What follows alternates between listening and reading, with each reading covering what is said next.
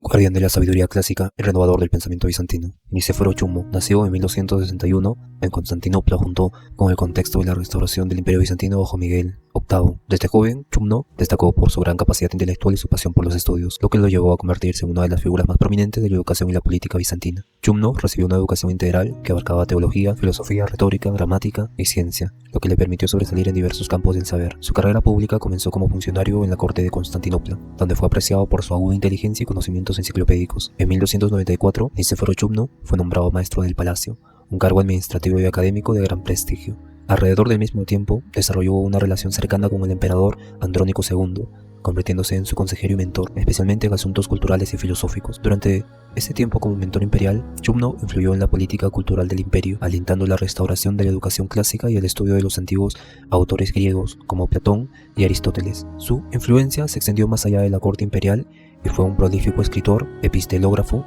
produciendo trabajos sobre una amplia gama de temas, desde la teología hasta la política.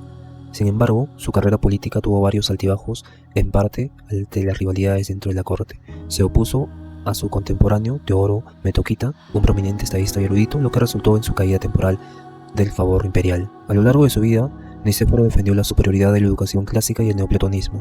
A menudo fue visto como conservador en su enfoque filosófico, pero a pesar de sus adversidades políticos, su legado como intelectual quedó intacto. Falleció en 1327, dejando un legado profundo en la vida intelectual bizantina. Su muerte marcó el final de una era de renacimiento cultural en el Imperio Bizantino, una era en la que jugó un papel clave.